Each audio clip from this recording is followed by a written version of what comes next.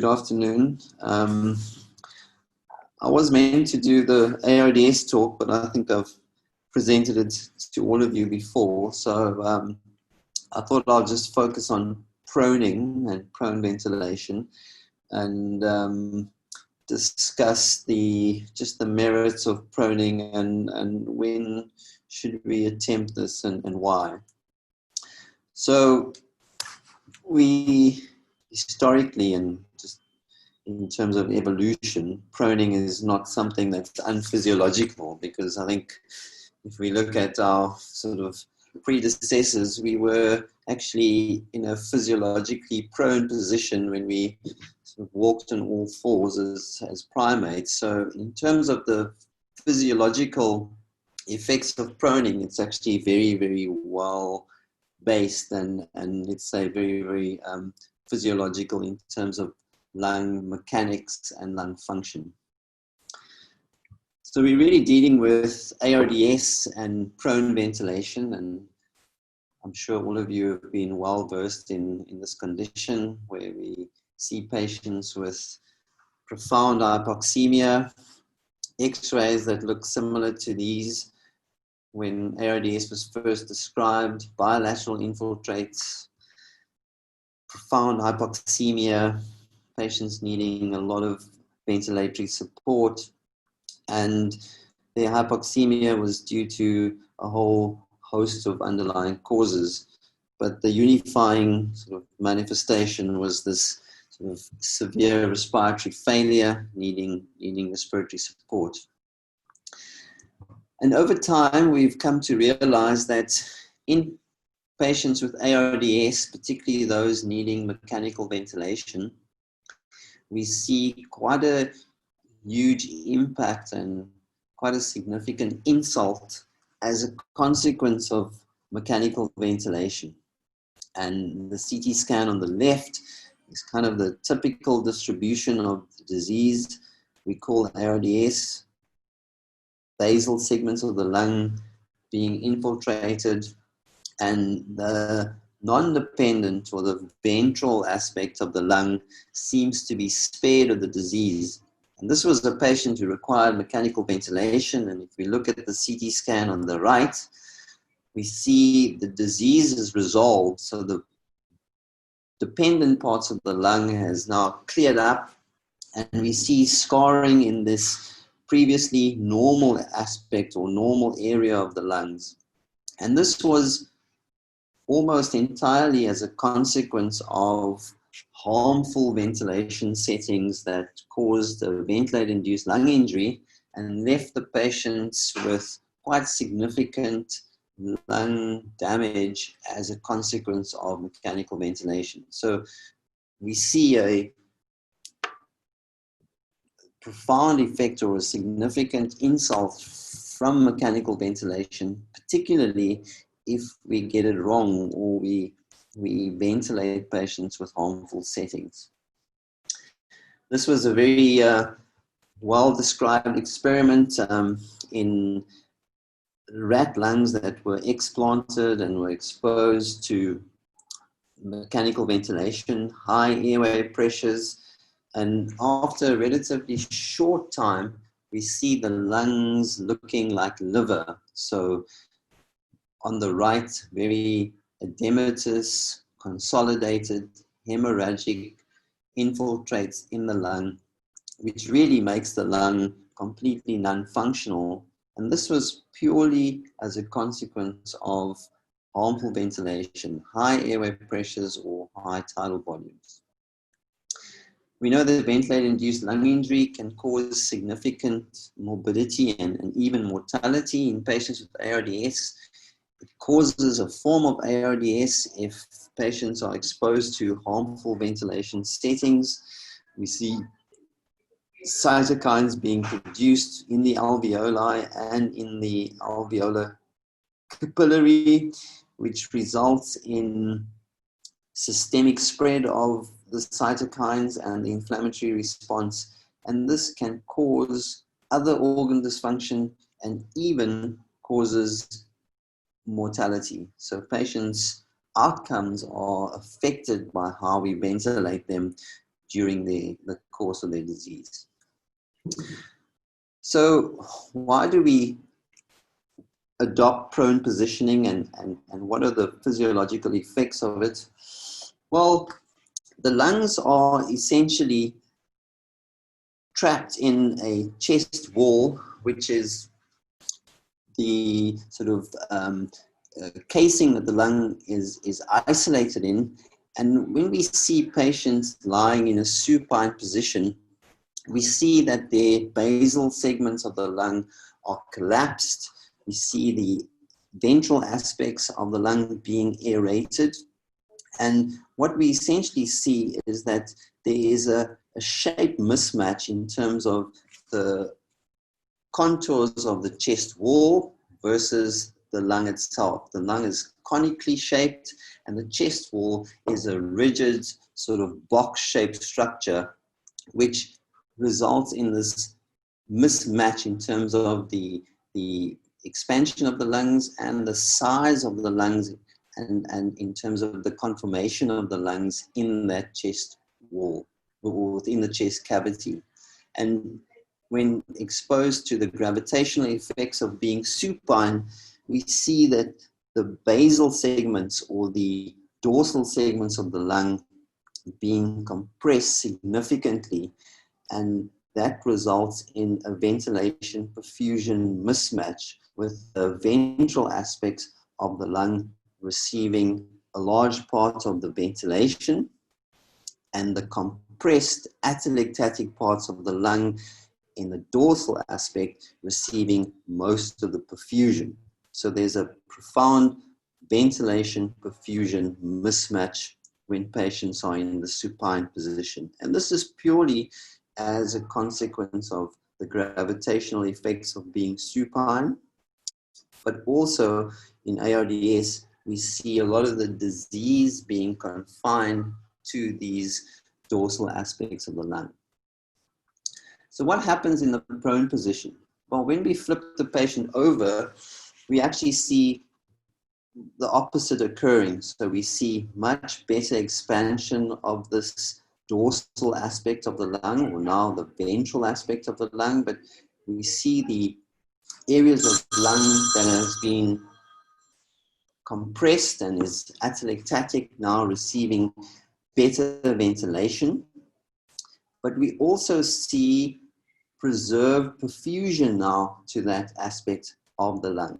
So when patients are prone or positioned in the prone position, their perfusion alters less than their ventilation. So we start to see the ventilation perfusion mismatch starting to match a lot better as a result of the ventilation being a lot more evenly distributed.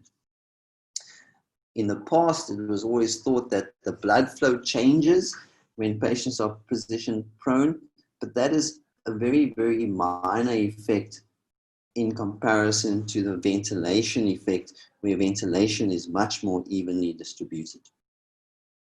So when it comes to the benefits of prone positioning, all we're really doing is we're matching the shape of the lung much better to the conformation of the chest wall. We almost negating the effects of gravity and the superimposed pressure on the lung, and we start to see a much more evenly distributed ventilation to perfusion ratio within all the segments of the lung. There's also this sponge theory that has been proposed, because in ARDS we see the distribution of the disease more in the dependent aspects. So it's like a sponge that is soaked in water. We see the water settling to the dependent or the lower aspects of the sponge, and that compresses the areas of gaseous exchange.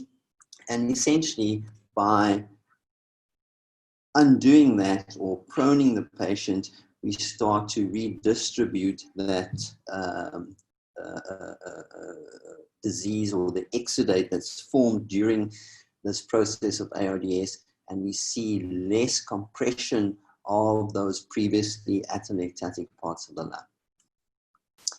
There's also some benefit in terms of prone positioning on preventing the mediastinal structures, compressing the lung. So we see in the supine position, the mediastinum, predominantly the chambers of the heart, compressing those areas of lung that you see colored in blue.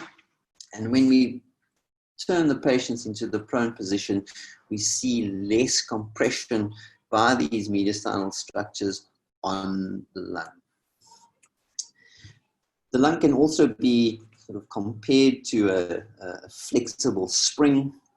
And if we fit this spring into the chest wall, we see that the coils in the supine position are a lot more compressed in the dorsal aspects of the lung. And that results in a lot more shear forces being applied to those compressed coils to try and open them up. And when patients are position prone, we see a much more evenly distributed configuration in terms of those coils, and there's less force required to expand those previously compressed areas of lung. And this is really where prone positioning is beneficial in reducing the harmful effects of mechanical ventilation. So less ventilator-induced lung injury is a consequence of prone positioning. We see less shear forces being applied to the lung and also less distending pressures required to expand those previously compressed coils in the supine position. And that's sort of the analogy with a slinky that the lung could be compared to when in the prone position. The last mechanical effect that prone position provides is better diaphragmatic excursion. So we see when patients are in the supine position, we see their abdominal pressure and the abdominal contents start to splint the diaphragm. It prevents excursion of the diaphragm in the sort of caudad direction. And when we turn patients into the prone positioning, we see less effects from the abdominal contents, particularly in obese patients, patients with high intra-abdominal pressures. We see a lot better diaphragmatic excursion because that pressure from the abdominal contents is relieved once patients are turned into the prone position. And it's almost similar to having patients in an upright position. This is just to illustrate the effects of prone positioning on our sort of cardiovascular system.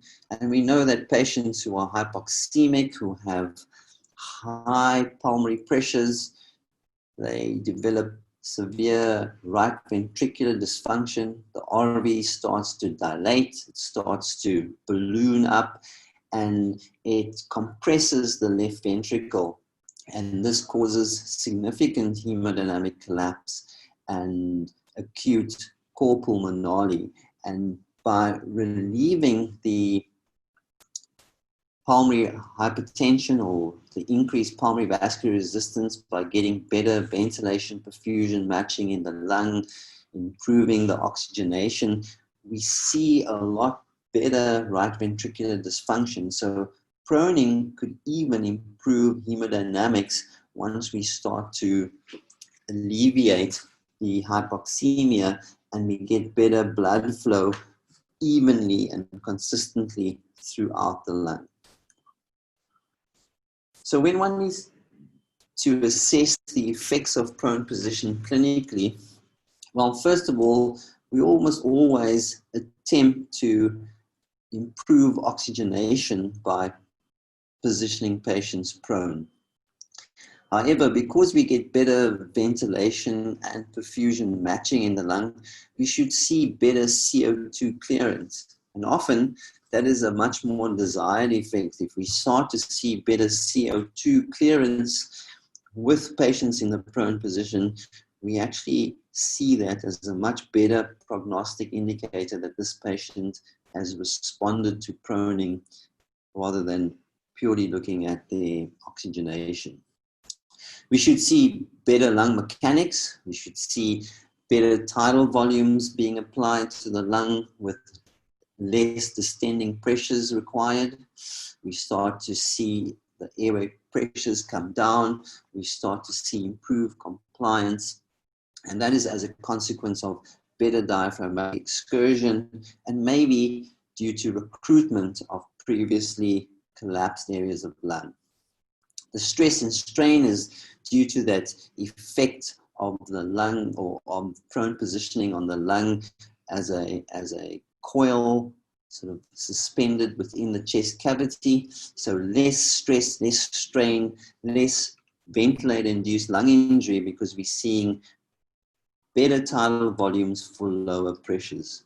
And then finally, if we have patients developing acute right ventricular dysfunction as a result of their poor lung mechanics and poor oxygenation, we then ultimately see better hemodynamics because the RV function improves as a consequence of improving lung mechanics and ventilation perfusion matching. We've been quite well versed in this concept of patient self-inflicted lung injury.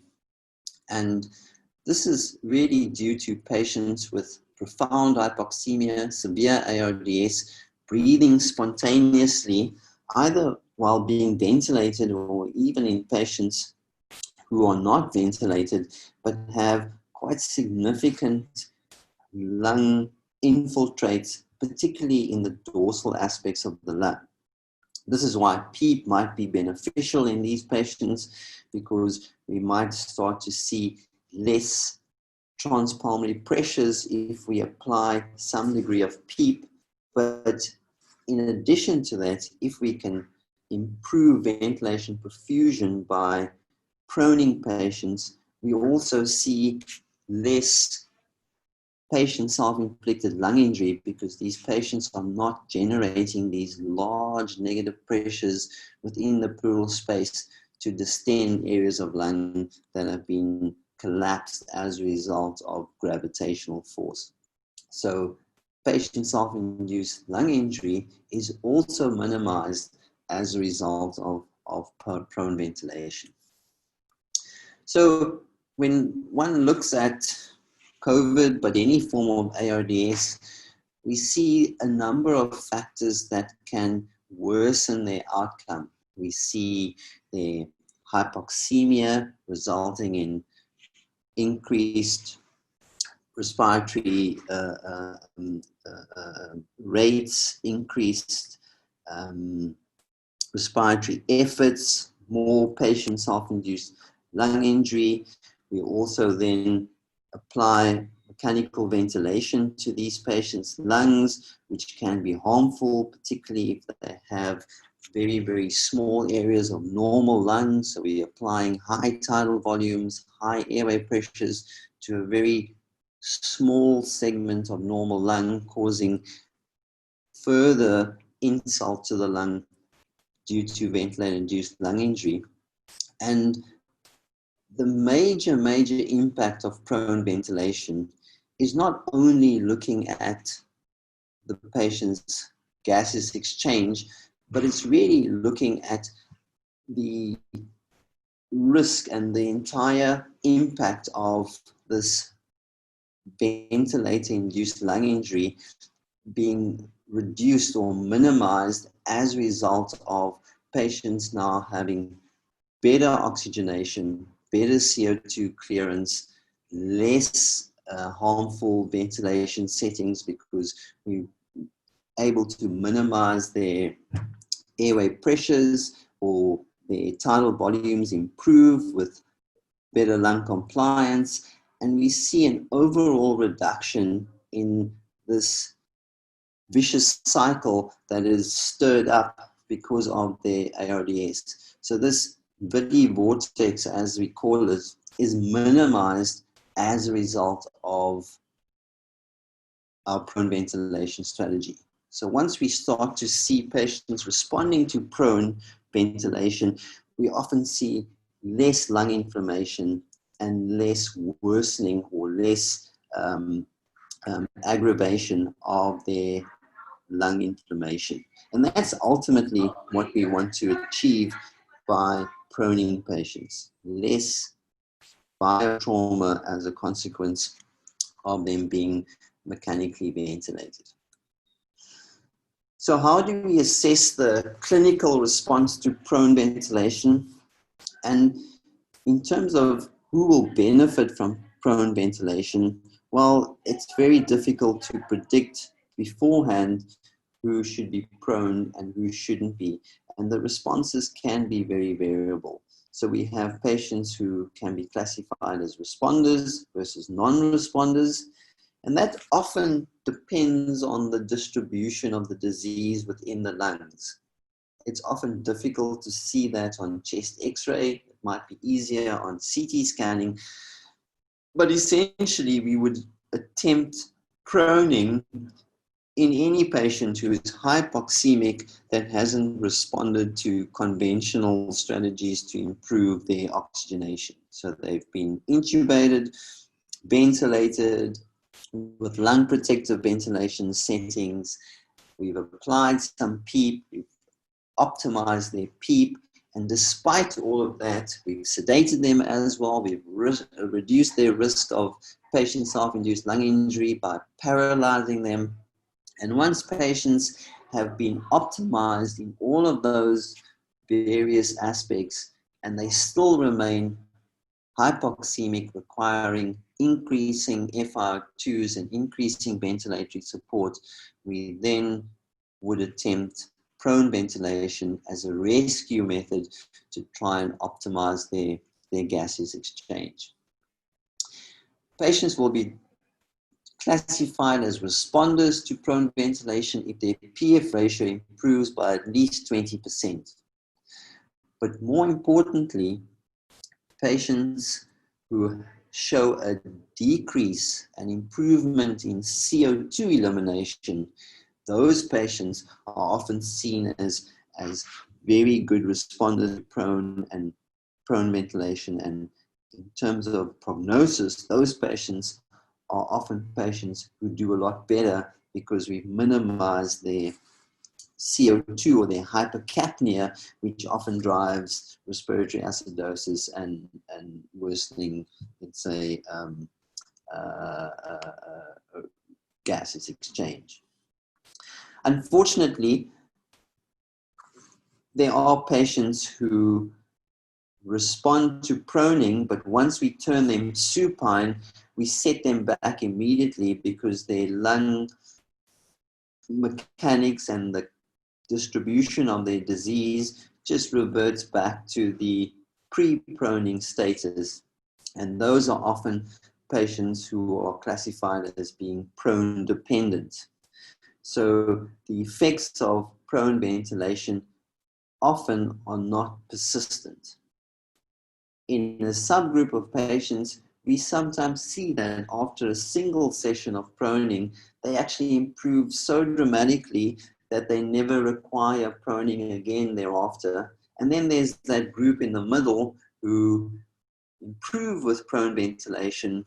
We turn them supine, they regress slightly, and we have to prone them multiple times to get on top of their gases exchange impairment. So there's a spectrum in terms of how we assess the response to prone ventilation. So is this in any way associated with some outcome benefit? And I think when one looks at the literature, there are probably over 300 studies or publications assessing prone ventilation in patients with ARDS. And the evidence has really never been conclusively strong enough to show prone ventilation being associated with a definite survival benefit in all patients with ARDS. But there are a number of reasons why the evidence might not be as strong as we would assume it should be in patients who have been prone. And when one looks at the evidence critically, well, unfortunately, the studies have never really standardized the timing. So when should be prone patients? What is the threshold for needing prone ventilation? It unfortunately is never standardized in a lot of the studies. It is also not very clear in a lot of the studies how many times patients get prone and what would be deemed a responder versus a non-responder. Another major limitation of the evidence is that a lot of the prone studies, even though they were prospective, randomized, they weren't accompanied with some form of lung protective ventilation strategy that was the same in both groups.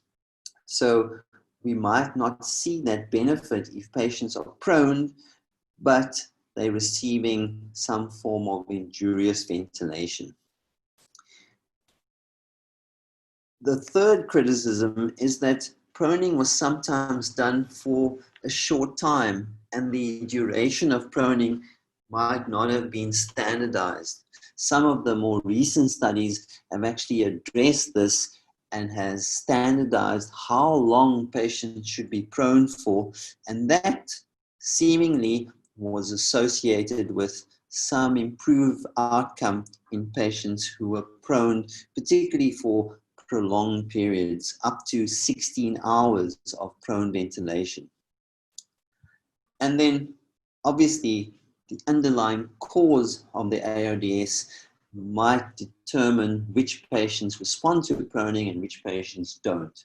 So not all pneumonias behave and respond to proning the same way, and possibly certain types of lung infection or ARDS from whatever cause might respond to proning better than others. This is just something to keep in the back of your minds. It's really just to illustrate all the studies, and this was a meta-analysis on proning in patients with ARDS, and you can see how many studies have been selected in these meta-analyses, thousands of patients, and unfortunately the findings have been very variable. And those are for all the reasons that I've mentioned in the previous slide. This is probably the most recent study and probably the most convincing, compelling evidence for prone ventilation. This was the Perceiver study group, where they standardized the duration and the timing of proning. And these were patients with ARDS. And in the Perceiver study, they showed quite a significant survival benefit. Almost half of the patients in the supine, or let's just say the mortality difference was about 50% if you compared the prone group to the supine group. And this was a study of just under 500 patients. And this was significant all the way through up till 90 days post their initial insult. Remember, there are certain risks associated with proning.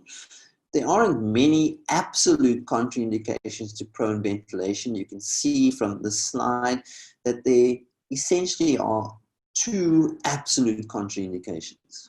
Patients with raised intracranial pressure or some degree of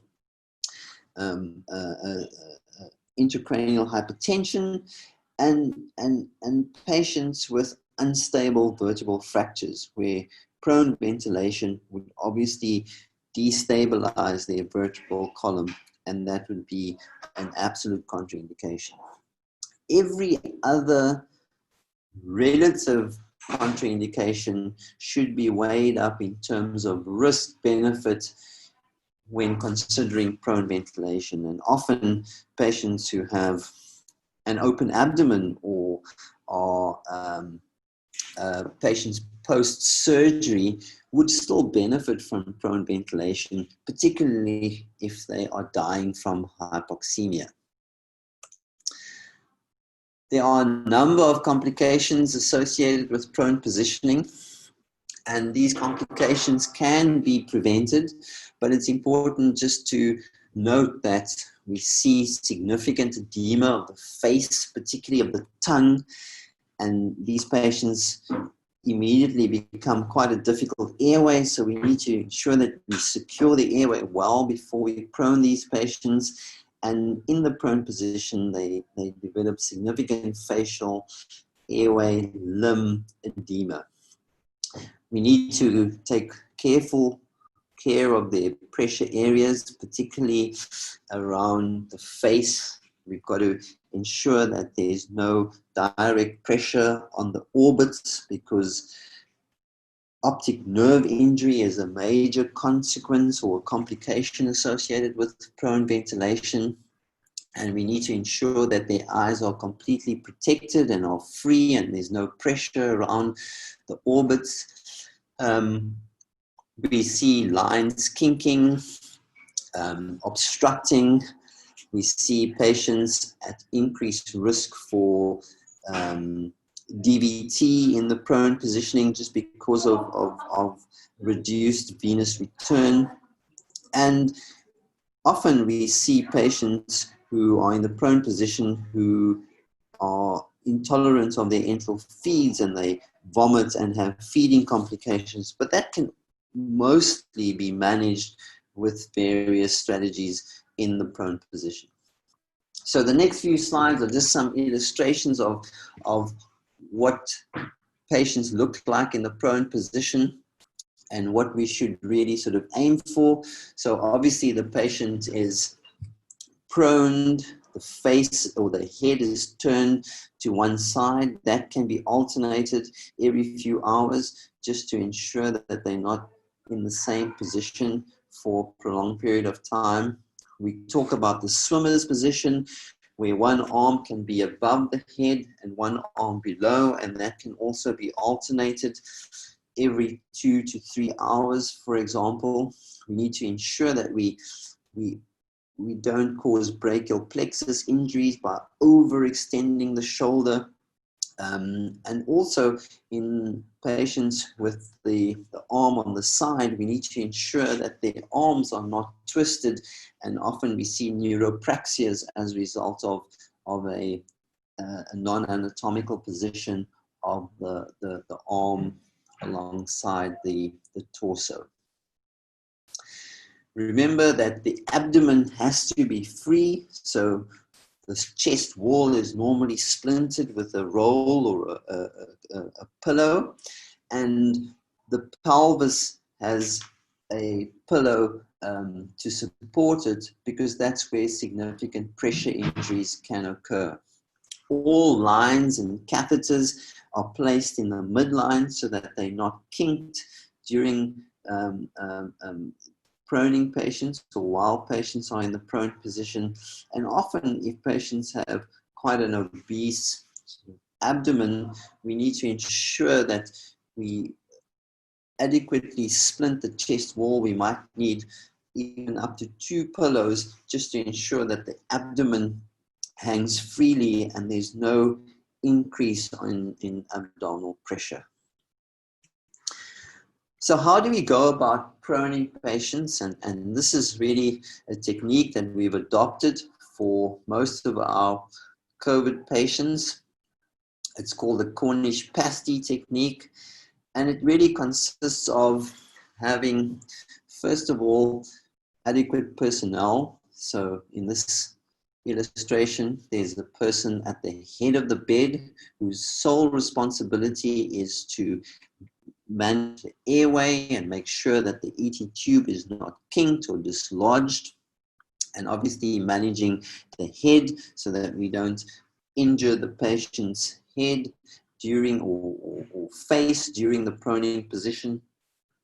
The next step is really to get enough pillows. We need at least 3, sometimes 4 pillows, one over the chest, one over the pelvis, and then one over the knees. And those are to prevent pressure sores or pressure areas when patients are then turned into the prone position. We then use the bottom sheet and we drape a second sheet over those pillows.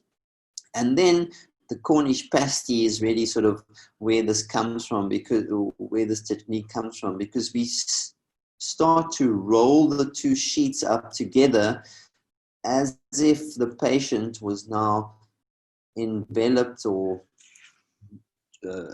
covered in a sort of a pastry type of covering. So 2 layers of pastry over this patient that's wrapped on either side.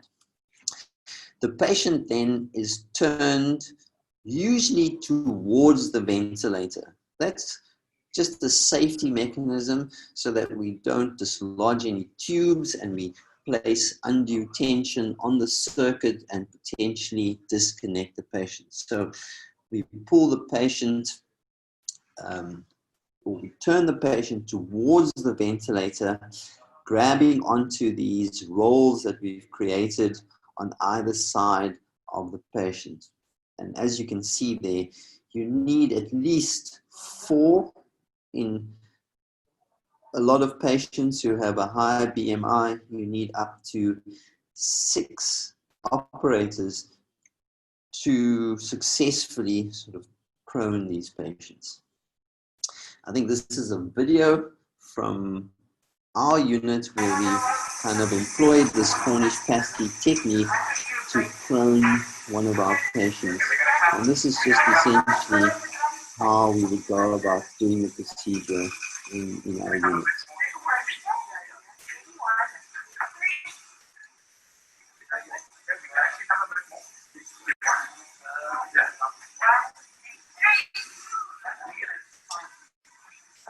See Dave Frederick's doing most of the work there, but he's got the biggest arms of all of us.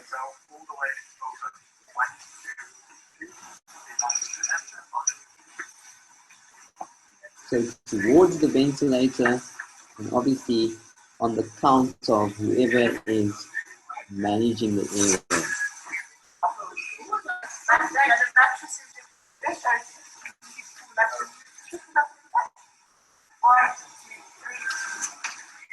And it's always a coordinated exercise with a single person trying to coordinate the whole movement.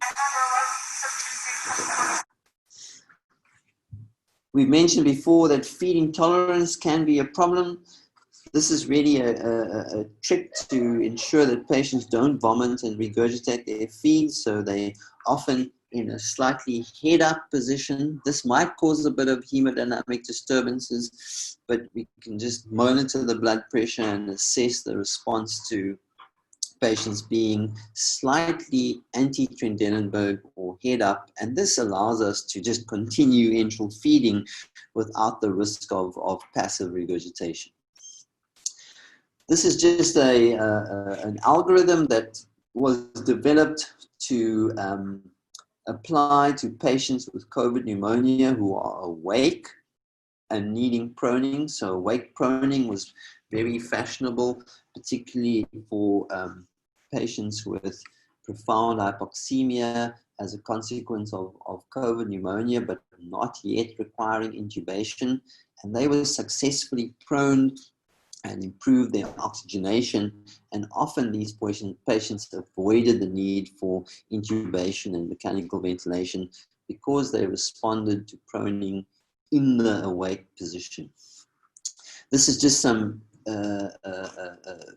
photos of patients who can be proned while on non-invasive ventilation.